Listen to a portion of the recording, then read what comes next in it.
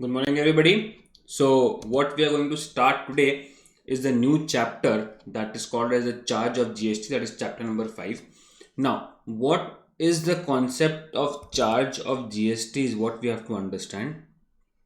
कि ये चार्ज है, ये लेवी है, ये कलेक्शन है, राइट है. सो गवर्नमेंट ने क्या किया है, as you know that government is the partner, right. So government has created certain partners, correct, who have been casted the responsibility कि अगर आपका सप्लाई टैक्सेबल है तो आपको उस पर जीएसटी कलेक्ट करना है. वैल्यू पे क्या कलेक्ट, कौन सी वैल्यू पे कलेक्ट करना है, क्या रेट पे कलेक्ट करना है, और इसका मुझे पेमेंट करना है. सिंपल है, करेक्ट है. सो बेसिकली यहाँ पे यही बोला जाएगा कि because we are reading the CGST law, that is way we are talking about the CGST act right now, कि गवर्नमेंट बोलता है कि आपको इतना जीएसटी कलेक्ट करना है, क्या वैल्यू पे कलेक्ट करना है, क्या रेट पे कलेक्ट करना है, और आपको मुझे पेमेंट कब करना है, करेक्ट है. So this is what is the concept of charge of GST. तो गवर्नमेंट ने आपके ऊपर कुछ रिस्पॉन्सिबिलिटी डाल दी है on the partners, right. Partners responsibility. So he is looking for the responsible partners who can build the nation, grow the nation. Correct. Now coming to this particular topic, हम पहले revise करते हैं कि हमने अभी तक क्या देखा and what is the linkage of this particular topic when we say that कि a charge of GST is why so important and हम यहाँ तक हमारी जर्नी कैसे पहुंची. करेक्ट. सो फर्स्ट चैप्टर में हमने देखा था that GST is nothing but an indirect tax. No, जब हम इनडायरेक्ट टैक्स की बात करते हैं हमको ये पता है कि it is applicable on goods and services.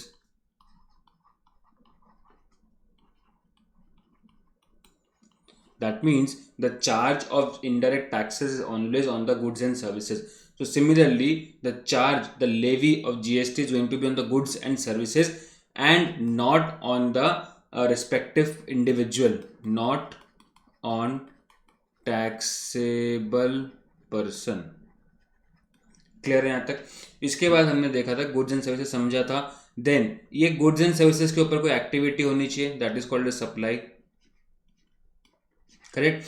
This is also what we had seen. Now supply के अंदर हमने देखा था कि supply can be for consideration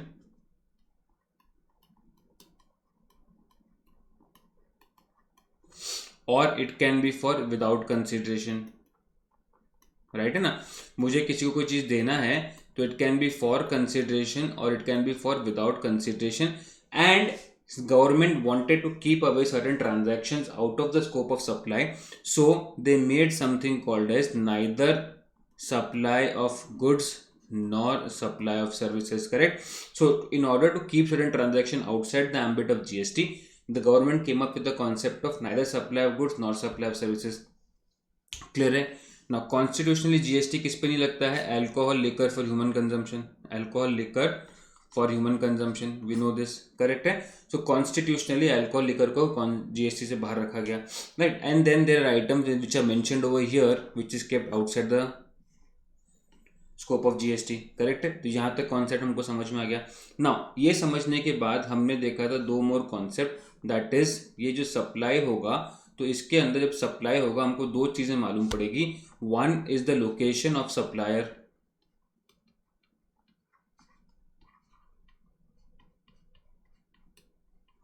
दूसरा प्लेस ऑफ सप्लाई.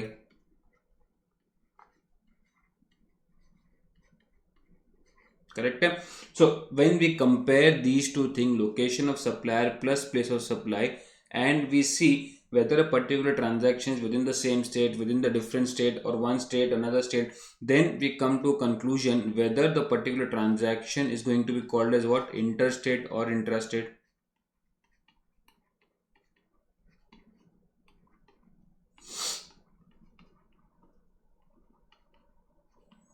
क्लियर है. Is this thing clear. So हमने ये देखा कि या तो ट्रांजैक्शन इंटरस्टेट होगा या इंट्रास्टेट होगा.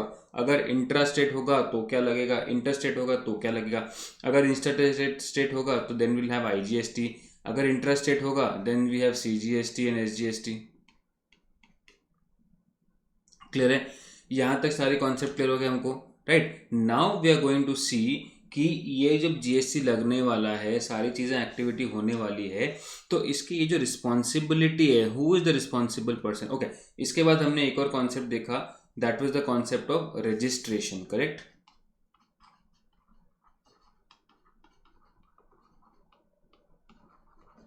कि रजिस्ट्रेशन लेना किसको है, राइट। सो इसके अंदर हमने देखा कंपल्सरी, सबसे पहले हमने देखा person liable for registration, then we saw not liable for registration, and then we saw compulsorily किनको रजिस्ट्रेशन लेना पड़ेगा, that means who do not have the benefit of taking what the threshold limit का benefit, clear है। so this is what is our journey till now we will move ahead and see further कि ये जो CGST collect करना है to a registered person who is a taxable person, वो क्या value पे लगाएगा, क्या रेट पे लगाएगा, क्या पेमेंट पे लगाएगा, और कैसे गवर्नमेंट को पेमेंट करेगा, करेक्ट है। So this is what will be seeing as far as this charge of GST is concern, correct. So I am just erasing all this, if you want to copy you can pause the video and copy it, correct, but nothing rock and I have told you. So it's just the revision what we have been doing as we always do with each and every chapter, correct। now coming further to understand the charge of GST, ये charge of GST को हमको क्या समझना है, let us first see what we have to study in this particular chapter. So section number 9 of the CGST act talks about कि ये levy क्या है, जीएसटी का लेवी कैसे होगा और उसको कलेक्ट कौन करेगा, गवर्नमेंट के लिए, करेक्ट। सो गवर्नमेंट ने आपके ऊपर रिस्पॉन्सिबिलिटी कैसे डाली है और आपको कलेक्शन कैसे करना है उसका जीएसटी का, that has been mentioned in section number 9। Very simple terms कि गवर्नमेंट ने अपनी रिस्पॉन्सिबिलिटी आपके ऊपर कास्ट कर दी है ना। अभी तक तो हम ये समझ रहे थे कि स्कोप क्या है, नहीं है, सारी चीज़ें समझ रहे थे। अब जब स्कोप के अंदर आप फिट हो गए हो तो आपको आपका रिस्पॉन्सिबिलिटी पता होना चाहिए, correct. So government has given और has levied the responsibility of GST on whose head and how is he going to perform a particular transaction of whether levying the GST और what value at what rate और कैसे correct करके government को देने वाला है, correct. तो ये सेक्शन नंबर 9 के अंदर हम मोटा मोटी समझेंगे, राइट। सो जब हम सेक्शन नंबर 9 के अंदर हम जाते हैं तो first thing what we see section 9 sub section 1 which talks about CGST is levied on what, intra state supply. Now intra state supply की बात जब हम करते हैं, why, because we talking only the CGST, correct, of what supply है, right, ये हमको पता है कॉन्सेप्ट क्या है, ऑफ क्या है, गुड्स एंड सर्विसेज और बोथ है, ये हमको कॉन्सेप्ट पता है, राइट है। Except alcohol liquor for human consumption, ये भी हमको पता है कि कॉन्स्टिट्यूशनली ये आउटसाइड द स्कोप है। ऑन द वैल्यू, अब किस पे लगाना है CGST, on the value under section 15।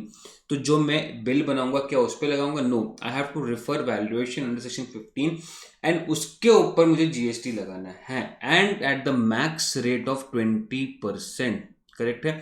तो ये सारी चीजें बताई गई है सेक्शन 9(1) के अंदर कि अगर मैं लेवी कर रहा हूँ इंट्रास्टेट के ऊपर CGST तो किस पे लगेगा, वो गुड्स एंड सर्विसेज बोथ पे लगेगा, बट कौन से गुड्स पे नहीं लगेगा, alcohol liquor for human consumption नहीं लगेगा, और ये क्या वैल्यू पे लगाना है मुझे और क्या रेट से लगाना है मुझे, क्लियर है।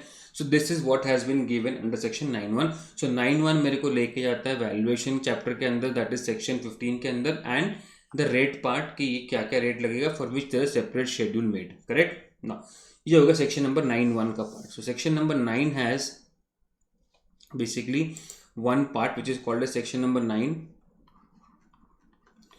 which is divided into section 9(1). यहाँ पे अपने को बोलता है वो कि आपको वैल्यू पे लगाना है under section 15 and rate at the rate 20% maximum, correct है। ये दो चीज़ें हमको सेक्शन नंबर 9(1) बताता है। नाउ सेक्शन नंबर 9(1) जब हम रीड करेंगे, it has a reference to section number 9(2) which states that subject to section mentioned in 9(2), correct, that means CGST on 5 specified petrol products is to be levied from notified date only. इसके section number 9(1) के अंदर जब हम जाते हैं तो यहाँ पे बोलता है कि all goods and services except alcohol liquor, but 9(2) के अंदर स्पेसिफिकली बोला गया है कि ये जो 5 पेट्रोल प्रोडक्ट्स हैं HP मैन, इसको हमको उस दिन से इस पे GST लगेगा जिस दिन से इसके लिए नोटिफिकेशन आएगा। Till the time notification comes this is also outside the charge of GST, right? It is also outside the charge of GST. So section number 9 it has to be read in combination with section number 9(2). Clear है? तो मतलब अभी तक जब यहाँ पे देखेंगे it states that कि आपको alcohol liquor for human consumption पे जीएसटी नहीं लगने वाला है, प्लस ये 5 जो प्रोडक्ट हैं CGST वाले, पेट्रोल वाले, उसके ऊपर भी वो GST will not be applicable. Clear है? करेक्ट है, चार्ज ऑफ GST नहीं लगने वाला। क्लियर? ये कॉन्सेप्ट क्लियर हो गया। This is called as a forward charge mechanism. Correct? That means जो सप्लायर होगा उसने रेसिपिएंट को गुड्स बेचा, रेसिपिएंट ने इसको पेमेंट किया along with taxes, and this supplier has collected that tax and now is going to make the payment to the department. Correct? So this is called as forward charge mechanism. यहाँ तक तो concept clear है, right? So this is the transaction called as forward charge mechanism. इसके बाद हम देखेंगे there's a concept of called as reverse charge mechanism. Now what is reverse charge mechanism? जहाँ पे सप्लायर ने गुड्स सप्लाई किया, recipient ने गुड्स को रिसीव किया, जब पेमेंट करता है it is less of GST. Correct? And this GST it is depositing directly to the department. So there are certain situations जहाँ पे reverse charge mechanism का applicability है, because the government wants to hire only responsible persons who are responsible enough to work as a partner with them. Correct? So there are certain situations जो हम बोलेंगे कि those are basically unorganized sector, जहाँ पे department ने क्या किया है कि रिस्पॉन्सिबिलिटी कास्ट की है रेसिपिएंट के ऊपर, who is basically more responsible than the supplier. Correct है? तो यहाँ पे हम समझेंगे कि रिवर्स चार्ज क्या है। Clear? So this will take us to section number 9(3) which explains us कि रिवर्स चार्ज किस पे लगेगा, और वो नोटिफाइड गुड्स एंड सर्विस पे ही लगेंगे। those goods which have been notified and those services which have been notified, उसके ऊपर ही रिवर्स चार्ज लगेगा। It cannot happen that I will tomorrow come and say कि boss I want to become an irresponsible person, so I will ask my sub recipient to pay GST on my behalf. No, it cannot happen like that. तो reverse charge उसी पे लगेगा जो notified goods and services है। Correct है? So once we understand this, so then taking our journey further we will understand कि notified services कौन सी हैं on which 100% GST is to be paid by the recipient of services. Correct है? ये हो गया RCM का part 1, that is section number 9(3). That means जो नोटिफाइड गुड्स एंड सर्विसेज हैं उसके ऊपर recipient of service he tax पे करेगा। 100% GST paid by recipient. Correct है? यहां तक क्लियर हो गया? अभी तक कॉन्सेप्ट समझ आएगा कि हम चैप्टर में पढ़ने क्या वाले हैं। नाउ सेक्शन नंबर 9(3) जब खत्म करेंगे हम along with the notification, so this particular section has to be read with these notifications which have been given in this particular notification number 13/2017. Clear है? यहाँ तक क्लियर हो गया? सेक्शन नंबर 9(1) ने हमको बेसिकली जगाया कि ये होगा, सेक्शन 9(2) के अंदर स्पेसिफिक एक्सक्लूजन निकले, सेक्शन नंबर 9(3) ने बताया कि रिवर्स चार्ज क्या होगा, और उसके साथ साथ हमको नोटिफाइड गुड्स सर्विसेज कौन सी हैं which has been mention under notification number 13। ये क्लियर है? Now we move on to the section 9(4) which talks about कि RCM on specified class of registered person. That means यहाँ पे भी हम RCM पार्ट 2 पढ़ने वाले हैं, that is 9(4) के अंदर है। ये किस पे लगेगा? रजिस्टर्ड पर्सन तो होगा, पहला कंडीशन है, राइट है, जो हमने रजिस्ट्रेशन के अंदर ऑलरेडी देखा है। उसके अंदर कोई स्पेसिफाइड क्लास होगा। इट इज नॉट दैट कि हर एक रजिस्टर्ड पर्सन के ऊपर 9(4) एप्लीकेबल होगा, right? So RCM is applicable on specified class of registered person. That means पहला रजिस्टर्ड पर्सन होना चाहिए, फिर वो स्पेसिफाइड क्लास ऑफ पर्सन होना चाहिए with respect to specified supplies. ऐसा भी नहीं है कि ये जो स्पेसिफाइड क्लास है इसके ऊपर सारी की सारी सप्लाईज के ऊपर RCM लगेगा। So those supply is also been notified or specified. That means registered person, specified class and specified supplies, किससे मिलना चाहिए वो supply? From unregistered supplier. Now because is an unregistered supplier, हम ये समझेंगे कि ये अनऑर्गेनाइज्ड सेक्टर में से आ रहा है, that is why it has been given this particular kind of responsibility has been passed on to the recipient. Clear है यहाँ तक? यहाँ तक कॉन्सेप्ट क्लियर हो रहा है कि ये जो हम चार्ज लगाने की बात कर रहे हैं, कलेक्शन की बात कर रहे हैं, there are two different mechanism, one is forward charge mechanism and one is a reverse charge mechanism. Forward charge mechanism के अंदर both supplier and recipient are being a responsible person, और as a supplier when I supply goods to you, you give me money along with GST, वो जो GST का collection होगा I am going to give it to the department, correct है? This is what is the regular concept. RCM के अंदर क्या होता है, मैं सप्लायर अनऑर्गेनाइज सेक्टर से हूँ, मैंने आपको सर्विस प्रोवाइड किया, अब मुझे कैच करना डिपार्टमेंट के लिए बहुत डिफिकल्ट है, so the department has casted the responsibility on you only, that is the recipient, कि बॉस आप जो इसको पेमेंट करने वाले हो उसके अंदर जीएसटी का कंपोनेंट है, please pay directly to me, correct है? सो मुझे अनऑर्गेनाइज सेक्टर के पीछे भागने का जरूरत ना पड़े, that is what is the concept of RCM, correct? So RCM 9(3) के अंदर जो लगेगा that is a notified goods and services only, clear है? Then we came to section number 9(4) which explains us that if you're a registered person of specified class और आपने specified supplies लिया from unregistered supplier, तो आपको section 9(4) का applicability आएगा under reverse charge mechanism. That means that unregistered supplier of a specified class of goods and services, they are unorganized sector, and that is why the department wants to catch hold of the registered person of specified class to cast the responsibility to collect the GST and make the payment to GST, तो government को अपना GST मिल जाएगा। Clear है? यहाँ तक concept clear हो गया आप लोग को कि 9(4) के अंदर भी हमको क्या पढ़ना है। Now there is one more concept जहां पे आजकल लेटेस्ट ट्रेंड है, that is of e commerce operators, correct है? हर एक आदमी अपना माल e commerce operator, e commerce platform पे बेचना चाहता है, लाइक अमेजन हो गया, फ्लिपकार्ट हो गया, now then you have Zomato, Swiggy, all those kind of e service providers, right है? Then we will see specified और notified category of services.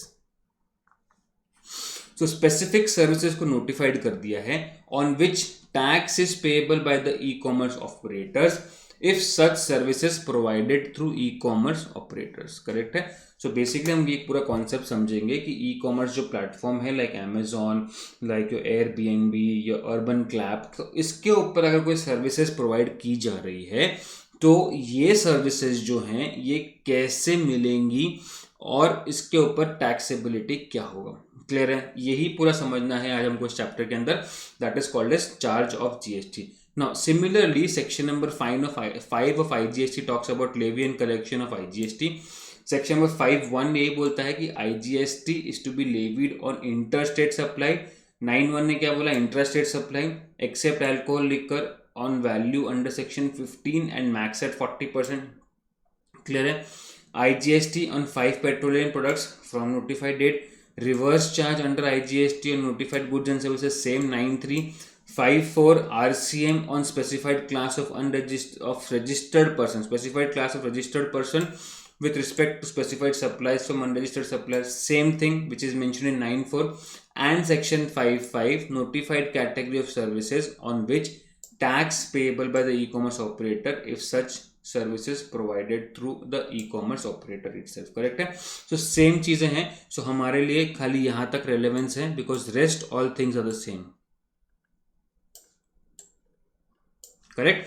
Is this thing clear? So इतना ही हमको इस चैप्टर के अंदर पढ़ना है, but trust me this chapter is going to be the base for you. ये चैप्टर के अंदर बहुत सारे चैप्टर्स का लिंक है, because this is the mother section. Charge मतलब ये मदर सेक्शन है।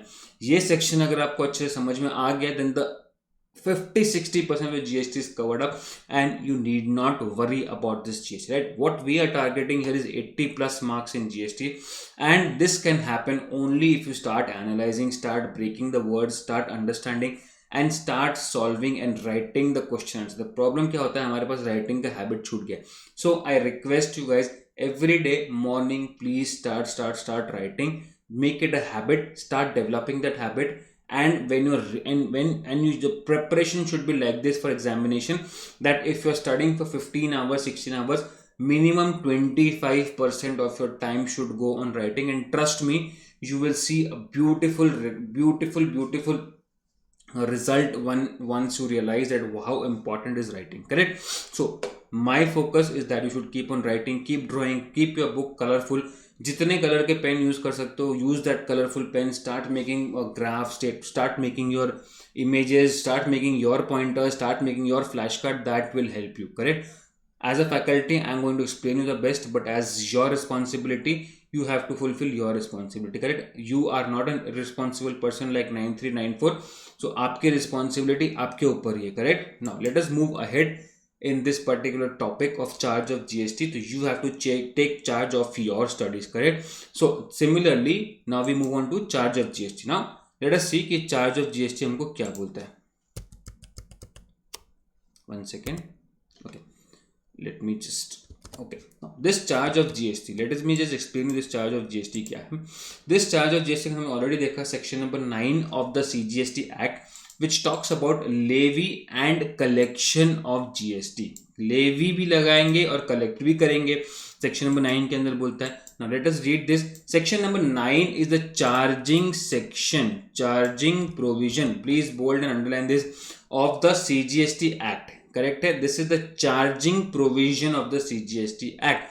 It provides the maximum rate of tax that can be levied on supplies leviable to tax. Correct है? So ऐसी supplies जो leviable to tax हैं, उसके ऊपर maximum rate क्या हो सकता है. The manner of the collection. तो पहला चीज ये क्या बताएगा कि रेट, मैक्सिमम रेट क्या होगा. Correct? So first thing what we explaining is maximum rate of tax. That is the first thing. Correct? So first thing is maximum rate of tax. First. Second क्या बोलता है? That can be levied, जो cast किया जा सकता है. On what? On supplies leviable to tax, जो supply पे ऊपर टैक्स लगने वाला है. That is point number 2. That is what we have to understand in section number 9. The manner of collection. Manner of collection क्या होगा? Whether it is be forward charge mechanism or it is going to be RCM. Simple है. Of the tax, and the person who is responsible for making the payment of such taxes to whom? Paying such taxes to whom? Paying to the department, paying to the government. Clear है? Is this thing clear? So basically यहाँ पे हमको ये समझ में आया है कि पहला चीज तो बोलता है क्या रेट पे लगाना है, और सप्लाईज के ऊपर लेवी होगा तो क्या मैनर में कलेक्शन करना है, एंड कि ये पर्सन रिस्पॉन्सिबल कलेक्शन करने के बाद का मैकेनिज्म के अंदर फॉरवर्ड चार्ज में करेगा या आरसीएम में करेगा. तो जिस बंदे ने जीएसटी कलेक्ट किया तो वो डिपार्टमेंट को पेमेंट कैसे करेगा. सिंपल. करेक्ट है? तो mother section, the charging section speaks about only 4 things. That is the maximum rate of tax that can be levied on supplies leviable to tax. It cannot be levied on anything जिसके ऊपर tax नहीं लग सकता है. The manner of collection, और इसका collection कैसे करना है, that is forward charge mechanism में करना है या RCM में करना है, of the tax, and the person who is responsible for paying such tax to the government. Correct है? सिंपल है. यहां तक लॉजिक ये हमने ऑलरेडी डिस्कस कर लिया. Now moving forward, section number 191 of the CGST act, इसका ही सब सेक्शन है. That we are going to dissect this section number 9 into the pieces. Now section number 9(1) क्या बोलता है? CGST to be levied on intrastate supply of goods and services or both. Clear है? Intrastate supply of goods and services or both, except on alcohol liquor. ये हमको पता है. This has been taken out from the constitution itself, so that is why ये भी बाहर चला जाएगा. On value under section 15, इसका वैल्यू कैसे निकलेगा सप्लाई का? That has been mentioned in section number 15 and maximum at 20%. So government ने अपना स्कोप बहुत वाइडन करके रखा है.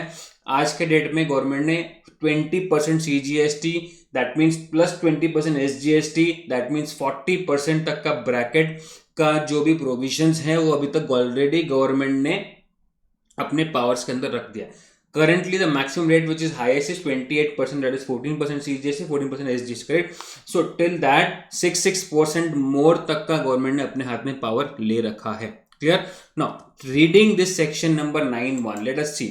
सो सेक्शन नंबर 9(1) जब हम पढ़ने जाते हैं, it sets subject to provisions of subsection number 2. That means जब तक मेरे को सबसेक्शन नंबर 2 नहीं पता है, I can not move further to section number 9(1). So let us just jump to section number 9(2) first. तो 9(2) क्या बोलता है? लेट अस सी कि सब्जेक्ट टू सबसेक्शन 2 की जब बात करते हैं तो late us go and read section number 9(2). Section number 9(2) क्या बोलता है? Section number 9(2) explains us CGST on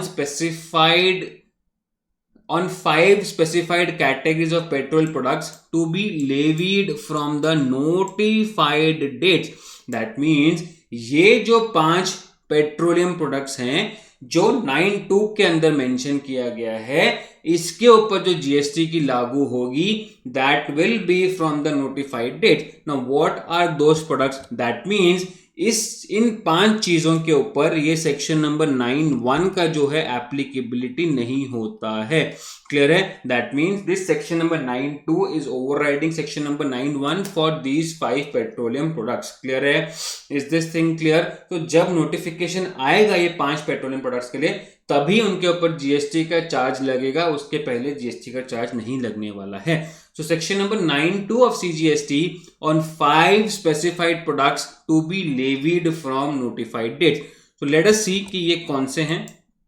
So central tax, जो सेंट्रल टैक्स की हम बात कर रहे हैं under CGST act, right, on the supply of 5 petroleum products, that is high speed diesel, second is petroleum crude, third is the motor spirit commonly known as petrol, that is H high speed diesel, P petroleum. Now petrol कौन supply करता है? HP is Hindustan Petroleum, so that is why HP. high speed diesel oil, petroleum crude, and कौन supply करता है? वहां पे जो mechanic है वो सप्लाई करता है, मैन है जो. सो HP man, motor spirit commonly known as petrol, aviation turbine fuel and natural gas. So this is the term which you have to remember, high speed diesel oil, petroleum, HP. और वो कौन देता है? HP का जब petrol pump पे जाते हो, एक आदमी होता है, मैन होता है, ही fills in your petrol, correct? So high speed diesel oil, petroleum, M for motor spirit, A for aviation turbine, and N for natural gas. So these are the 5 products which have been kept outside section number 9(1), और उस पे जब levy होगा, shall be levied with effect from such a date as may be notified by the government on the recommendation of the council. Right है? We know this very clearly. Clear है? So let us analyze this quickly. Presently, the central excise duty and VAT is levied on manufacture and sale of petroleum products. So अभी तक ये जो है, इसके ऊपर जो है कुछ पोर्शन का जो रेवेन्यू है सेंट्रल गवर्नमेंट को जाता है, कुछ पोर्शन का जो रेवेन्यू है स्टेट गवर्नमेंट को जाता है, because state government never wanted to give away their share of revenue on these petroleum products. So till the time the state governments and the central governments have understanding clear cut कि हमारा कोई revenue loss नहीं हो रहा है state one, so till that time they have been kept outside the purview. The moment it is understood कि ये जो revenue का जो चक्कर है state and central के बीच में, state को अच्छा revenue मिल रहा है, then probably with the recommendation of council, this particular category of services, supply of goods can be brought under section 9(1), right? However, we can expect that in future GST may be levied on the recommendation of GST council. Clear है? Is this thing clear? So now अब हम section number 9(1) के ऊपर वापस jump करते हैं. section number 9(1) के अंदर हम वापस जब जंप करते हैं, it states that subject to provision of subsection 2. Subsection 2 ने क्या बोला? 5 petroleum product, that is HP plus जो पेट्रोल भरता है मैन. सो HP मैन का जो पेट्रोल है, that is high speed diesel, petroleum crude, motor spirit, aviation turbine and natural gas. उसके अलावा तो हम उसको तो भूल ही जाओ, सेक्शन नंबर 9(2) के अंदर जो मिला तो भूल जाओ, उसके ऊपर तो जीएसटी लगने वाला ही नहीं है. Subject to provision subsection 2, there shall be levied a tax called CGST. उसके अलावा कोई भी सप्लाई हुआ इंट्रास्टेट, उसके ऊपर ऑफ गुड्स एंड सर्विसेज और बोथ, उसके ऊपर आपका CGST लगेगा, accept on supply of alcohol, liquor for human consumption. Why? Because इसको भी कॉन्स्टिट्यूशनली ही बाहर कर दिया गया है. दैट मीन्स जो 6 चीजें बाहर की गई है अभी तक हमने देखा, that is alcohol, liquor for human consumption, that is out because of constitutional provision, and subsection 2 of section 9 which speaks about the 5 petroleum products, that has been statutorily made out, right? So there are two difference. alcohol liquor for human consumption, that is what? That is constitutionally out of GST. Constitutionally out of GST is alcohol liquor, and these five petroleum products mentioned in the section 9(2) are statutorily, statutorily outside the scope of GST. Correct है? सो 6 चीजें अभी तक outside the scope of GST है. Clear है? Right? So subject to provision subsection 2, there shall be levied a tax levy होगा of CGST on all intrastate supplies of goods and services of both except on alcohol liquor for human consumption. कौन से value पे? On the value determined under section 15 of the CGST act. So जो valuation निकालेंगे that has to be as per section number 15 of the CGST act at such rates not exceeding 20%. Right है? तो maximum rate कितना है government के हाथ में? 20%. as may be notified by the government on the recommendation of the council. जो rates है maximum 20% है, बट जो रेट्स हैं that will be notified by the government on the recommendation of the council and has to be collected. अभी तक तो levy किया है, मैंने बोल दिया है, गवर्नमेंट ने बोल दिया कि इस पर GST लगेगा, 15% लगेगा, 12% लगेगा, 18% लगेगा, और आपने जब सप्लाई किया तो आपने बिल के ऊपर GST लगा दिया, राइट? लेवी कर दिया. अब उसका कलेक्शन कैसे करना है, राइट है? आपने जब लेवी लगा दिया है तो recipient will have to make the payment and collected in such manner as may be prescribed. तो जहां प्रिस्क्राइब्ड हमको रूल्स चेक करने हैं, राइट है? And shall be paid by the taxable person. अब टैक्सेबल पर्सन कौन होता है हमने ऑलरेडी देखा था रजिस्ट्रेशन चैप्टर के टाइम पे, right? So that means either a person is registered और is liable to be registered under section number 22 or 24, that is called as a taxable person. correct है? So now collected in such manner as may prescribed. तो collection भी prescribe करेगा government, और जो government बोलता है कि आप तो कलेक्ट करके आपके पास रख नहीं सकते बिकॉज आपका तो गुड्स, आपका तो टैक्स है नहीं, ये रेवेन्यू मेरा है, तो आप पेमेंट कैसे करोगे, राइट है? पेमेंट कौन कर सकता है? टैक्सेबल पर्सन ही कर सकता है. That means collection can also be done by taxable person and payment can also be done by the taxable person only, right? Collected in such manner as may be prescribed and shall be paid by the taxable person, right? For this you have section notification number 1/2017 and 11/2017, that is the central tax rates, notifying the rates which are applicable for each and every goods and services, right? So इसका linkage क्या है कि यहाँ पे जो बोलता है rates not exceeding 20%, तो उसके नीचे एक सेंटेंस दिया है as may be notified by the government. So जो रेट्स के लिए जो नोटिफिकेशन है कौन सा है? 1/2017 एंड 11/2017. क्लियर है? These are the notifications which notify the rates which are applicable. Clear है? Is this thing clear to you guys? right? So अभी तक ये समझ में आएगा. सेक्शन नंबर 9(1) क्या बोल रहा है? It is a mother section, correct है? It is a charging section. जब तक आप बेसिक चार्ज को नहीं समझोगे, किसके किसके क्या क्या वर्ड्स है नहीं समझोगे, यू विल बिकम एक बार समझ गए आपको बहुत मजा आएगा GST पढ़ने के अंदर, करेक्ट है? सो लेवी के बारे में हम समझ गए, किसके ऊपर स्टैट्यूटरी निकाला गया वो हम समझ गए, जो 9(2) के अंदर लिखा है दैट इज HP का पेट्रोल आता है, हाई स्पीड डीजल, पेट्रोलियम, और कौन देता है? मैन देता है. Motor spirit commonly known as petrol, aviation turbine, natural gas. High speed diesel oil, petroleum crude जो कच्चा तेल आता है, कच्चा ऑयल आता है, राइट? और मोटर स्पिरिट मतलब जो पेट्रोल आता है रिफाइंड हुआ. एविएशन टर्बाइन फ्यूल जो मतलब आपका एविएशन में जो फ्यूल लगता है वो, आप जब फ्लाइट की टिकट देखोगे उसके अंदर एक कंपोनेंट है aviation fuel. Then you have natural gas, correct? And high speed diesel is generally diesel, high speed diesel, correct? So ये 5 पेट्रोलियम प्रोडक्ट्स को निकाल दो, प्लस जो कॉन्स्टिट्यूशनली एक आइटम बाहर है that is alcohol liquor for human consumption. इनके अलावा there shall be levied a tax called CGST on all intrastate supplies of goods and services of both except on supply of alcohol liquor for human consumption on the value determined under section 15. तो ये हमको लेके जाता है दूसरे chapter के अंदर that is called as section number 15 valuation. ये हम पढ़ेंगे in the due course at the rates not exceeding 20%.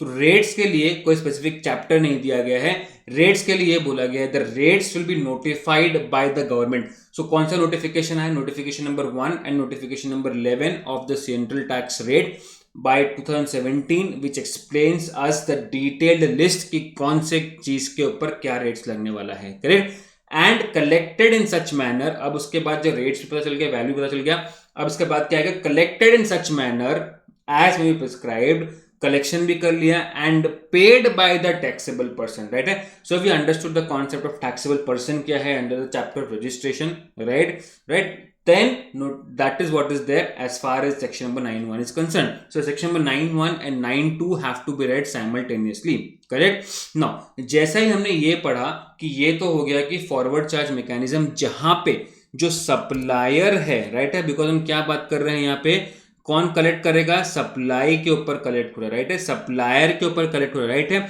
So basically ये सप्लायर है, ये रेसिपिएंट है. सप्लायर ने इसको गुड्स प्रोवाइड किया, सप्लायर ने इसको सर्विसेज दी, services of coaching classes. Suppose Ankit sir ने, Ankit is a supplier here and Smita is basically a recipient here. So Ankit sir ने स्मिता को सर्विसेज दी कोचिंग क्लासेस की, एंड स्मिता ने इसको पेमेंट कर दिया अंकित सर को, राइट, पेमेंट कर दिया. सो जब पेमेंट करेगी Smita, then Smita will make the payment along with the GST component, and this GST component is collected by Ankit sir, that is a service provider, right, and this service provider will now have to make the payment of taxes to the government. So जहां पे tax का collection service provider या supplier ही खुद कर रहा है, that is the supplier himself is doing the collection of the GST, that is called as forward charge mechanism. Now there can be situation जहां पे आर खाली ये पेमेंट करता है, जीएसटी नहीं देता है, and R itself deposit the tax to the government directly, that is called as RCM, that is called as reverse charge mechanism. That means जो recipient है here, he will make the payment, and यहाँ पे जो supplier है he will make the payment. Clear है, यहाँ तक concept clear है, right है. So section number 9.3 के पहले हम समझते हैं कि reverse charge क्या चीज़ है. Let us go and see what is a reverse charge first.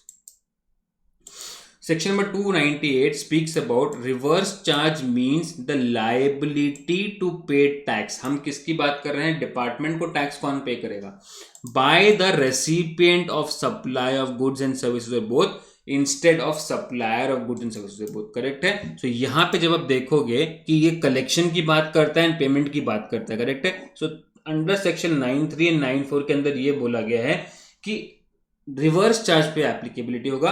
That means reverse charge का मतलब क्या होता है, that the liability to pay to the department, the liability to pay to the government, pay the tax by the recipient. वो किसके ऊपर लादा गया liability, who is the responsible person here, recipient of supply of goods and services both, instead of supplier of goods and services both. Clear है, is this thing clear? Now let us see further in this. So under section 9.3 and 9.4 of the CGST Act और section number 5.3 and 5.4 of the IGST Act. Clear है, हमने देख लिया था index के time पे कि हमको क्या पढ़ना है इसके अंदर, करेक्ट है. This is very clear. So let us jump to section number 9.3 which says about reverse charge on notified categories of goods and services, correct. So अभी तक हमने 9.1 9.2 देखा जहां पे बोलता है supply of goods and services के ऊपर supply of goods and services के ऊपर जीएसटी लगेगा. Value under section 15 at the rate maximum of 20%. और रेट के लिए नोटिफिकेशन नंबर दिया है 1 नंबर और 11 नंबर 2017 का, राइट है ना. उसके अंदर बाद में दिया था कि कलेक्शन कैसे करना है, गवर्नमेंट को पेमेंट कैसे करना है, right. Now we came to section number 9.3 which explains us that certain categories of supply, certain notified goods and services जिसके ऊपर जो पेमेंट करने का है, जो टैक्स का पेमेंट करने की रिस्पॉन्सिबिलिटी है, राइट है, जो टैक्स की पेमेंट करने की रिस्पॉन्सिबिलिटी है, that has been casted on the recipient of goods and services, that has been casted on recipient of supply of goods and services, and ना ही कि जो सप्लायर है उसके ऊपर, करेक्ट है. सो ये जो गुड्स एंड सर्विसेज है इसकी जो सप्लाई हो रही है, राइट है, I am supplying this goods and services, now I am supplying the goods and services to you, आपके पास चला गया. नाउ आपको मुझे इसके लिए पेमेंट करना है, तो आपने मुझे पेमेंट तो कर दिया, बट क्या पेमेंट किया, खाली इसका वैल्यू का पेमेंट किया. और इसका जो गुड्स का सर्विसेज का जो सप्लाई का जीएसटी है that you have paid directly to the government. Clear है? सो ये हो गया सेक्शन नंबर 9(3) का कॉन्सेप्ट। करेक्ट? सो ये 9(3) के अंदर क्या बोला है, reverse charge on notified goods and services. Notified मतलब कोई नोटिफिकेशन आया होगा जिसके अंदर गुड्स एंड सर्विसेज की लिस्टिंग है, और वो गुड्स एंड सर्विसेज को टैक्स कौन पे करेगा, recipient will have to make the payment of taxes. Clear है? 1 second.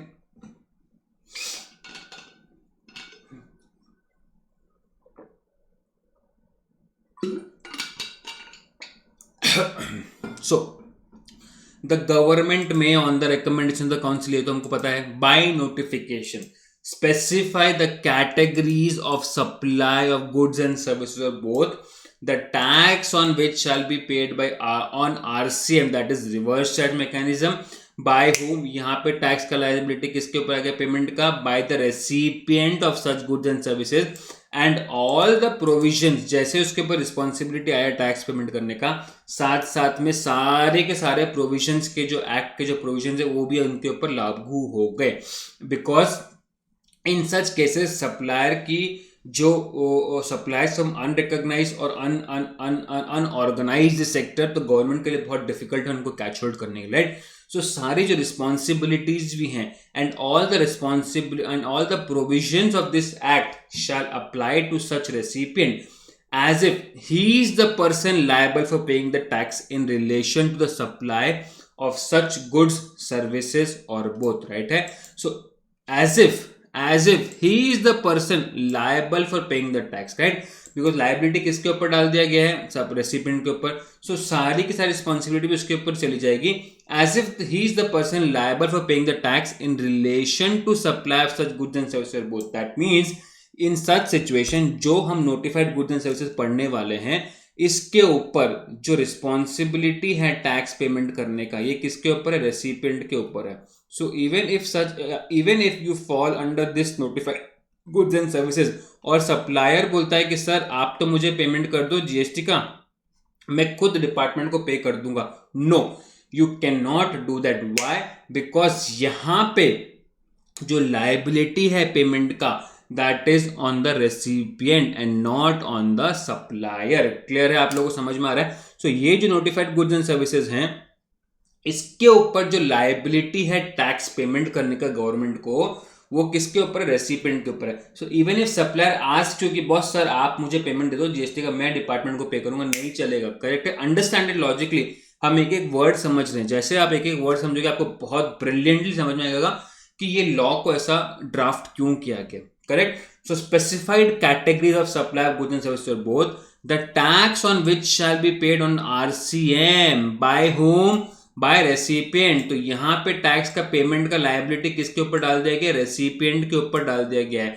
And along with the payment responsibility, all the provisions of this act also shall apply to recipient as if he is the person responsible or he is the person liable। I would not say responsible here, technically speaking it is he is the person liable for paying the tax, right है? तो इस tax का payment इसके account से जाना चाहिए, ना ही कि सप्लायर के अकाउंट से। Correct? Is this thing clear? So अब हमको समझना पड़ेगा कि notified categories of goods and services की जब बात करते हैं तो ये नोटिफिकेशन कौन से हैं। So notification for notified categories of goods on which 100% GST is to be paid by the recipient. So अब हम इसको स्प्लिट कर लेंगे गुड्स के लिए एंड सर्विसेज के लिए। सो फर्स्ट लेट अस सी कि जो नोटिफाइड कैटेगरीज ऑफ गुड्स हैं जिस पे रेसिपिएंट को पे करना है taxes under reverse charge basis, वो कौन से हैं। Correct? So let us go and see ये कौन सा है, right? So this has been given कि ये description, 1 second, description of supply of goods हैं। अगर मैं सप्लायर कैश्यूनट बेचता है, नॉट शेल्ड और पील्ड, दैट मीन्स जो कच्चा कैश्यूनट आता है, राइट? सो उसको सप्लायर कौन होगा, एग्रीकल्चरिस्ट होगा। हमने ऑलरेडी देख लिया कि एग्रीकल्चरिस्ट कौन है। करेक्ट है? And recipient of supply who is liable to pay GST is any registered person. That means अगर आप रजिस्टर्ड पर्सन हो एज ए रेसिपिएंट और आपने अगर कैश्यूनट खरीदा, नट्स नॉट शेल्ड और peeled from an agriculturist, then you are supposed to pay under reverse charge basis. नो, जब हमने रजिस्ट्रेशन का चैप्टर देखा था उसके अंदर हमने देखा था section number 23(1)(b, remember section number 23(1)(b) हमने देखा था। सेक्शन नंबर 23 क्या बोलता है, person not liable for registration.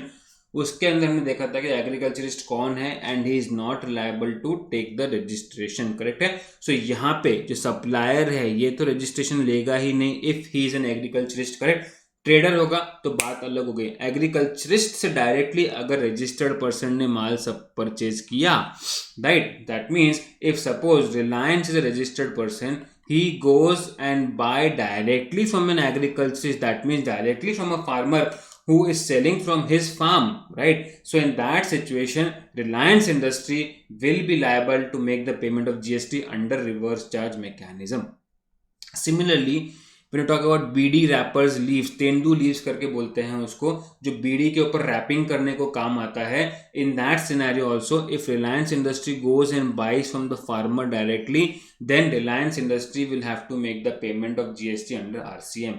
Similarly tobacco leaves जो हैं, एक तो बीड़ी हो गया और एक टबैको को लीव रैपिंग करने के लिए होता है, राइट। एक बीड़ी होता है और एक तंबाकू होता है। तंबाकू जिससे बनता है that is called as same concept. अगर तंबाकू को रिलायंस ने खरीदा from agriculturist, then Reliance is the person who is liable to pay GST under reverse charge mechanism as a recipient of supply. Clear है? Is this thing clear? Now then you have silk yarn. अगर registered person है, Reliance है, purchases it from a person who is a manufacturer of silk yarn from raw silk और silk worm cocoons for supply of silk yarn, correct है।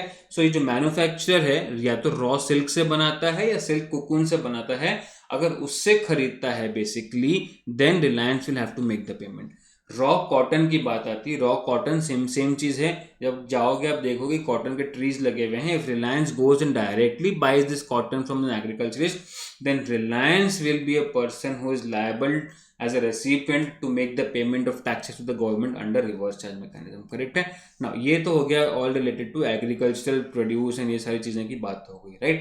Now we come on to different other kind of goods. Supply of lottery, हमको पता है actionable claim, lottery betting and gambling is what under scope of supply, जिसपे जैसे लागू होता है। उससे मैं लॉटरी की बात करता हूँ। Lottery has been issued by central government, union territory, state government, union territory और लोकल अथॉरिटी, करेक्ट है। हर स्टेट का लॉटरी चलता था, याद है। सो जो अगर लॉटरी हैज बीन, लॉटरी के सप्लायर कौन हो गया, state government, union territory, local authority. So in the such situation lottery distributor और the selling agent, they are the person who will have to make the payment of GST, correct। so state government ने क्या किया, state government ने appoint किया distributor को। now this distributor is selling this goods locally to everybody, so यहाँ पे responsibility किसका है जीएसटी कलेक्ट करने का और पे करने का, the lottery distributor will have the responsibility of making the payment of GST to the government, clear है। is this thing clear? now used vehicle, seized and confiscated goods, old and used goods, waste and scrap. Now if central government, state government, union territory or local authority is selling any used vehicle, right है, या फिर जो उन्होंने seize की गई हैं, confiscated goods हैं, old and used goods हैं, waste हैं, scrap है, if they are supplying this, right, if they are supplying this to any registered person, then if they're supplying it to a registered person, then this registered person is going to buy this used vehicle or seized and confiscated goods or old and used goods or waste and scrap, then these registered person will have to make the payment under reverse charge mechanism, right। similarly हमने देखा था एक circular priority sector lending certificate के अंदर that it is goods and it can be supplied by any registered person, that means any bank, and it can be taken over by any registered person under the e-Kuber। and यहाँ पे हमने ये देखा था कि यहाँ पे supplier और रेसिपिएंट को ये नहीं पता होता कि स्टेट क्या है उन दोनों का, प्लेस ऑफ सप्लाई क्या है, that is why it falls under the under interstate supply, और जो रेसिपिएंट होगा he is the person liable to pay GST reverse charge. यहाँ तक क्लियर है। सो बेसिकली हमने कौन से देखे गुड्स जिसके ऊपर रिवर्स चार्ज पे होगा, cashew nut, raw cotton, crop, cashew nut, raw cotton, old and used scrap, then you have PSLC, right, that is called as crop। Then you have silk yarn, BD leaves, correct? Silk yarn, BD leaves, tobacco leaves, and your supply of lottery, correct है? So crop SBTC, crop SBTS, crop SBTS पे आपको लगेगा notified goods, जिसके ऊपर the recipient is liable to make the payment of GST, correct है? तो ये हो गया नोटिफाइड गुड्स के बारे में, जिसके ऊपर GST will be paid to the government by the recipient of supply itself. Clear है? Is this thing clear? Just give me a moment. Wait, one second. Just hold on. So this जो हम goods की बात कर रहे हैं, which is being sold by central government, state government, union territory और local authority, that means these used vehicles या फिर सीज्ड एंड कॉन्फिस्केटेड गुड्स, उन्होंने कोई चीज़ को गुड्स को सीज किया है, कॉन्फिस्केट किया है, उसको बेच रहे हैं, या फिर ओल्ड यूज्ड गुड्स या फिर वेस्ट और स्क्रैप उनके पास पड़ा है और वो बेच रहे हैं. If it is sold to unregistered, if it is sold to registered person, then it has been notified कि उसके ऊपर RCM पेमेंट होगा. But what if this is sold to unregistered person, right है? So this a clarification on sale of government departments to unregistered person, circular number 76/50, correct? So let us read this and understand this also further. Issue whether the supply of used vehicles, seized and confiscated goods, old and used goods, waste and scrap by government department are taxable under GST. Correct है? किसको supply हो रहा है? To unregistered person. Registered person को तो taxable है और RCM के अंदर, ये तो क्लियर है. अब इशू ये आ रहा है, अगर समझो कि I as an individual I go and buy certain confiscated say car और से सर्टन वेस्ट और सर्टन स्क्रैप, करेक्ट, जिसका मैं अनरजिस्टर्ड पर्सन हूं, राइट? सो क्या ये टैक्सेबल है अंडर GST? पहला क्वेश्चन तो ये है, राइट है?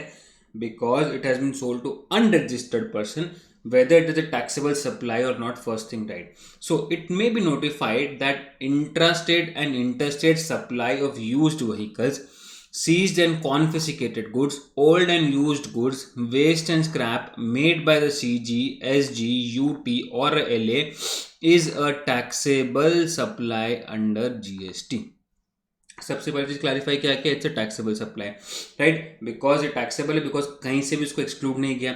it has been notified that intrastate and interstate supply respectively of used vehicle, seized, confiscated, old, waste by CG, SG, UTLA to any registered person, उनके लिए क्या गया? नोटिफाइड किया गया, राइट है? Would be subject to GST on RCM basis. Clear है? So अब ये सप्लाई जो है ये टैक्सेबल सप्लाई है.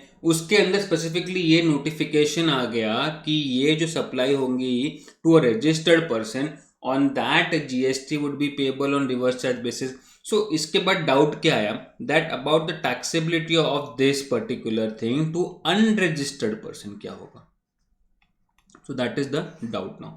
So it is noted that such a supply to an unregistered person is also a taxable supply under GST, but is not covered under notification number 36/2017 and notification number 37, both dated 13/10 and 2017. In this regard, it is clarified that the respective government department shall be liable to get registered and pay GST on intrastate and interstate supply of used vehicles, seized and confiscated goods, old and used goods, waste and scrap made by them to an unregistered person, subject to the provisions of section number 22 and number 24, that is compulsory registration, and there is the person liable for registration, correct है?